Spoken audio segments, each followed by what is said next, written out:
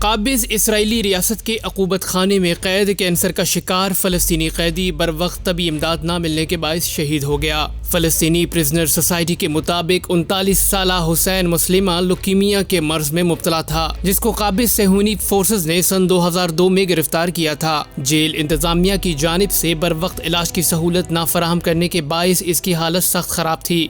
فلسطینی prisoner society نے حسین مسلمہ کے قتل کا ذمہ دار قابض اسرائیلی ریاست کو ٹھہرایا ہے۔ خیال رہے کہ اس وقت قابض صہیونی جیلوں میں ہزاروں فلسطینی بغیر کسی جرم کے قید و بند کی صعوبتیں برداشت کر رہے ہیں، جبکہ قابض اسرائیلی جیلوں میں بیمار قیدیوں کے لیے علاج کا کوئی مناسب انتظام نہیں۔ دوسری جانب اس صورتحال کا علم ہونے کے باوجود عالمی برادری اور انسانی حقوق کی تنظیموں کی خاموشی سوالیہ نشان ہے۔